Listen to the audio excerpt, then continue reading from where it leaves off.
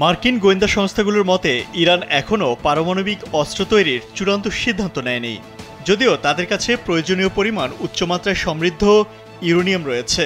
তবে তারা এখনও সেই ইউরেনিয়াম দিয়ে বোমা তৈরির পথে হাঁটেনি। মার্চে এ বিষয়ে যেভাবে মূল্যায়ন দেওয়া হয়েছিল তা এখনও অপরিবর্তিত আছে।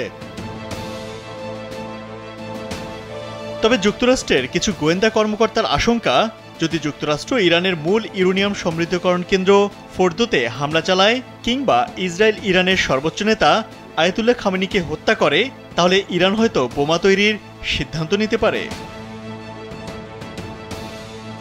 ইসরায়েলি গোয়েন্দা সংস্থা মোসাদের দাবি, ইরান মাত্র 15 দিনের মধ্যে পারমাণবিক অস্ত্র বানাতে পারে।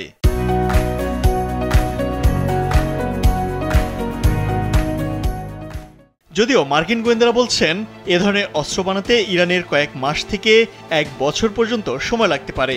তবে এটি নির্ভর করছে তারা ঠিক কী ধরনের অস্ত্র বানাতে চায় তার উপর।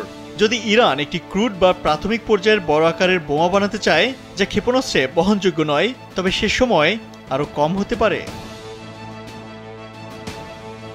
হোয়াইট হাউসের মুখপাত্র ক্যারোলিন লেভিট সংবাদ সম্মেলনে বলেন, ইরান এখন সব উপাদান জোগাড় করে ফেলেছে। এখন শুধু তাদের সর্বোচ্চ নেতার চূড়ান্ত সিদ্ধান্ত নিলেই কয়েক সপ্তাহের মধ্যে অস্ত্র তৈরি সম্ভব। এই মন্তব্যগুলো ইসরায়েলের হিসেবের সঙ্গে মিলে গেলেও যুক্তরাষ্ট্র এখনও সে অবস্থানেই আছে যেখানে বলা হচ্ছে ইরান এখনও বোমা বানাতে শুরু করেনি। জেনারেল মাইকেল কুরিল কংগ্রেসে জানান, ইরান চাইলে 1 সপ্তাহে অস্ত্র গ্রেড ইউরেনিয়াম তৈরি করতে পারে এবং 3 সপ্তাহের মধ্যে 10টি বোমা বানানোর মতো উপাদান তাদের হাতে আছে। তবে বোমা তৈরির জন্য শুধু ইউরেনিয়াম থাকলেই হয় না, সেটি ক্ষেপণাস্ত্রে বহনের উপযোগী করে তোলার প্রযুক্তিও দরকার। 2003 সালে ইরানের সর্বোচ্চ নেতা খামেনি একটি ধর্মীয় ফরমান দিয়েছিলেন, যেখানে বলা হয়েছিল পারমাণবিক অস্ত্র ইসলাম বিরোধী এবং তা তৈরি করা যাবে না। মার্কিন গোয়েন্দারা বলছে এই ফরমান এখনও কার্যকর আছে এবং সেটি ইরানকে বোমা বানানো থেকে বিরত রেখেছে।